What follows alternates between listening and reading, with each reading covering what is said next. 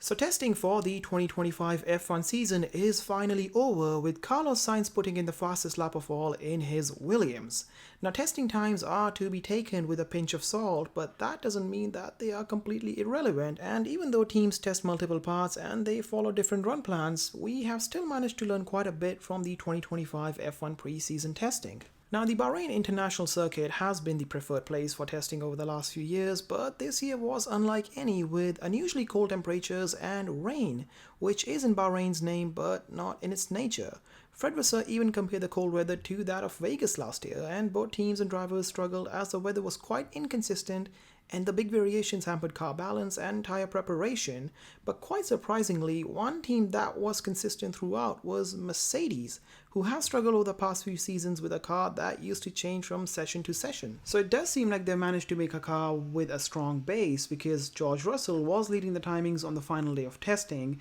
and the team's aim was to make a consistent car with a wider operating window. But this too will be verified once the car goes racing across hotter conditions, because they have thrived in the past in cold weather, most notably in Vegas last year. But it doesn't seem like they've made enough of a step to challenge McLaren, who still seem to be the car to beat, especially in race trim where Oscar Piastri was nearly half a second quicker than any of his closest rivals. Now, the team did struggle with some rear instability across the sessions, but they still seem to have enough pace in hand, and they have introduced some changes like repositioning of the front suspension arms to improve airflow, and seems like they still have the mini DRS rear wing. So all in all, it was pretty smooth sailing for the British outfit, but we cannot say the same for Red Bull, who are struggling. They did end up testing a new front wing and floor combination on the last day, but it just never seemed to click, and Liam Lawson also had to sit out quite a few hours on Thursday due to a water leak in his car. The car still seems to be struggling with some of the same issues from last year,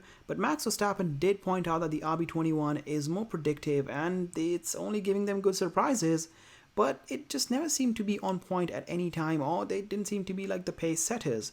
Could that be because they were sandbagging, since Helmut Marko confirmed that they resolved most of the issues from last year? But it definitely was not smooth sailing at all, and the drivability issue still seems to be lurking in the shadows, so only time will tell if the changes have actually worked or not. Now, Ferrari, on the other hand, were quietly optimistic before the tests, hinting that they are aiming for both the titles, and even though the car looked well balanced and effortless to drive on the first day, the picture changed quite a bit over the course of testing, with them having to abruptly end Hamilton's session on Friday with almost 30 minutes on the clock. They also seem to be struggling quite a bit with degradation and braking stability in the high speed, but the car does seem to have good drag and aero efficiency, which is welcomed by Lewis Hamilton, who finally in a very long time seems to be happy with the car, even saying that he's bonding really well with the SF25 and that the car is close to his preferences. His teammate Charles Leclerc, on the other hand, was happy with the progress the team made, but was not too keen with the balance of the car, and he rightfully linked it to the weather in Bahrain.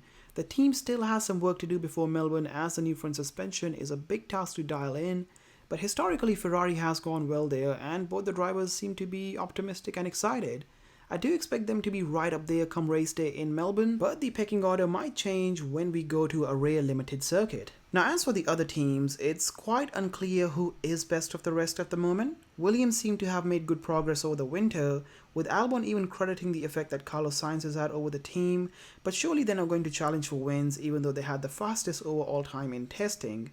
Having a good base does mean that they can take away big points from big teams when the opportunity arises, but it still is yet to be seen on how consistent that car is. Now, another team that seems to have improved over the winter is Alpine, who were also improving at the end of last year but seems to have continued their uptake, unlike Aston Martin, who are still figuring their car out and would dearly love some Adrian Newey magic, who is actually starting his role on the 1st of March. Another team which doesn't seem to have made good progress is Sauber, and they might as well struggle this year scoring any points like the last season. But as we have said before, testing times are to be taken with a pinch of salt. Teams test a ton of different setups, a ton of different parts over the course, and even though McLaren might seem like the favorites at the moment, others are not too far behind, and it is going to be a development race till the very end of the season. But that sums up the 2025 preseason testing from our end. But let us know in the comments down below on who you reckon is going to win the drivers and the constructors title this year.